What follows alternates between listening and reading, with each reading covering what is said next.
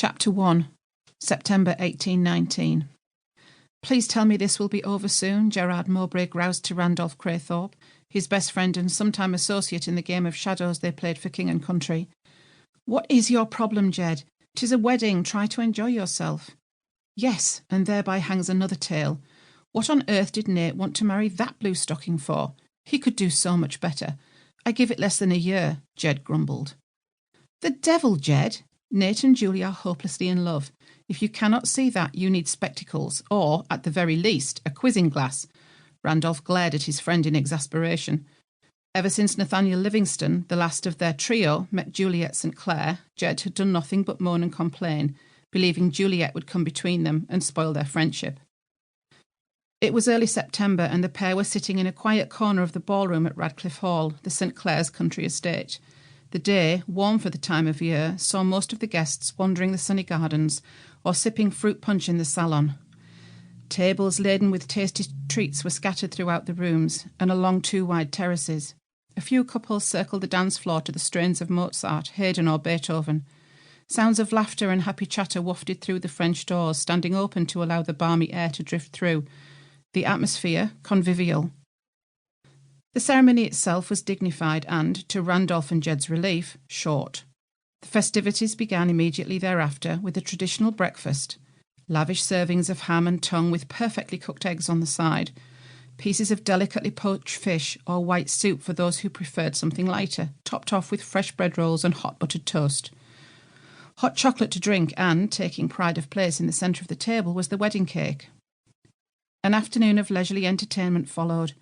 Juliet and Nathaniel had requested this to be an informal gathering, more akin to a garden party than a wedding.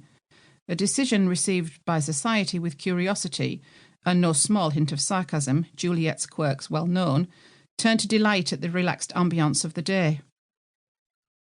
Randolph considered the matter at hand. Had Ged's peak occurred 15, even 10 years ago, when they were callow youths, Randolph might be more sympathetic.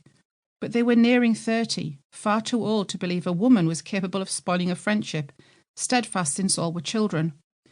Juliet's presence merely altered her new husband's priorities.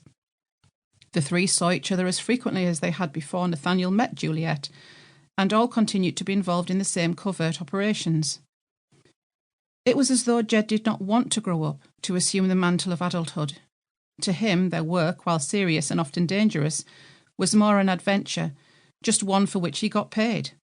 The second son of a viscount, it was unlikely the constraints of the title would ever fall on him. Ged's older brother had an heir, and their father was the picture of health.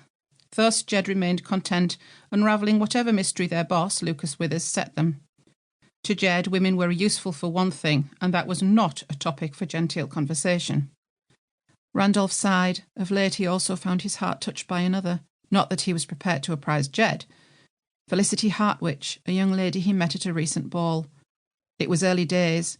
All they had shared was the odd smile, a snatch of conversation, and as many dances as he could persuade her into. Her face floated into his mind. Felicity was not classically beautiful, but she had a wonderful smile, and her hair shone in the candlelight, or the sunlight, or the moonlight. Catching himself before he lost concentration completely, Randolph dragged his attention back to Ged. "Why do you not ask a lady to dance?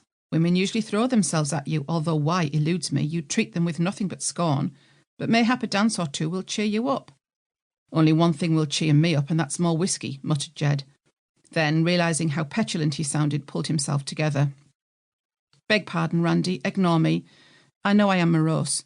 Now Nathaniel is leg-shackled, father thinks it's time I wed." He shuddered at the very idea. "He and Mamma keep introducing me to suitable prospects." He sneered the words. "I may have to flee the country.